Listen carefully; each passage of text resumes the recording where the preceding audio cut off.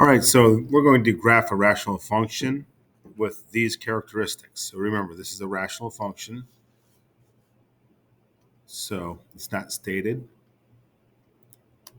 but I'm stating it. So it has vertical asymptotes at x equals -5 and x equals 3.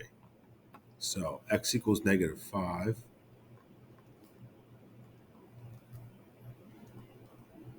and x equals 3. Those are my vertical asymptotes. Now, the graph must either go straight up or straight down near those. Increase or decrease without bound, they say. And so now let's look at the horizontal asymptote. I know this is not going to be in order, but a horizontal asymptote y equals 3. So for a rational function, I'm going to draw it, it must approach that asymptote all the way on the left-hand side, which is over here, and all the way on the right-hand side. The middle of it, it makes no difference. It might as well not be there. So we have some intercepts. X-intercept of -3 and -3 comma 0 and 7 comma 0. So let's graph those. -3 comma 0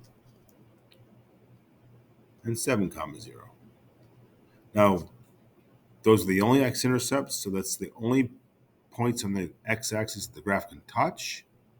And they both have multiplicities of 1, so we know that the graph will go through those, not bounce off. The last thing I have is a y-intercept at 0 comma negative 0 comma 4, which is right here. Now this additional points I'm not going to use. It was not supposed to be there. I copied it over for something else.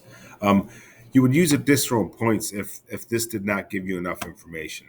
But I think we have enough information here.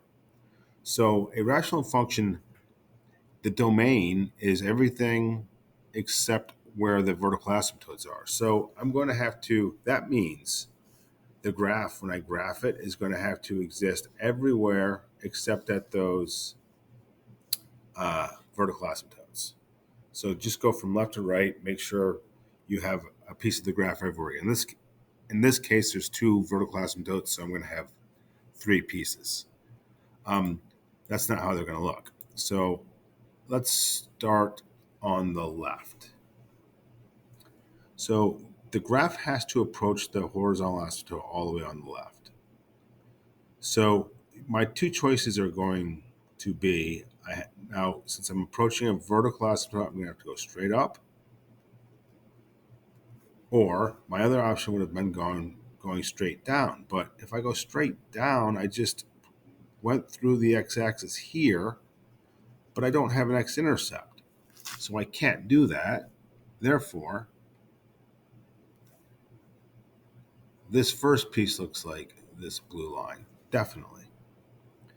Now, the middle of the graph. The middle of the graph extends from here to here between the vertical asymptotes. So I have 2 points to go with. So I know that the graph has to go through both of those points. Furthermore, this x-intercept, we said, had a multiplicity of 1, so it must go through it. So this graph is going to look something like this, but then it has to do something to both vertical asymptotes. So let's look at the left-hand side. It's either going to go straight down or straight up. I can't go straight back up because then I'm producing another x-intercept. So a big thing here is the lack of x-intercepts tells you a lot about the graph. Since there's no x-intercepts, this has to continue down to the asymptote. And this side either goes straight up or straight down. But it can't go down again because there's no x-intercept right here for it to go through. So let me adjust that. I know that it's going to continue straight up.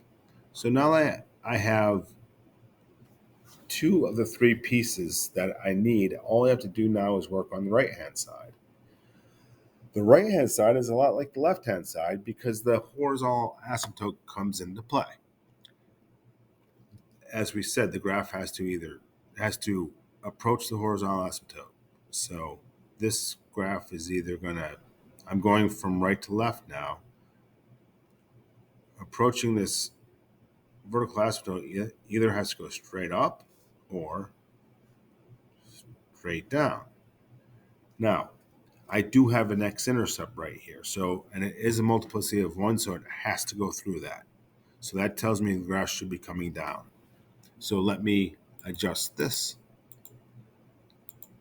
I know the graph is coming down because I know it has to go through this x-intercept. So I'm going to go through it.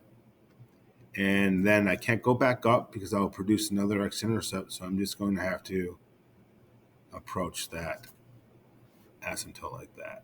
So according to the information that are given here, the graph is going to look like something like this. So that's how you graph a rational function. Just pay very close attention to your asymptotes and your intercepts, the multiplicities of your intercepts, and make sure you don't produce any intercepts that are not there. So it's pretty easy. Just practice it.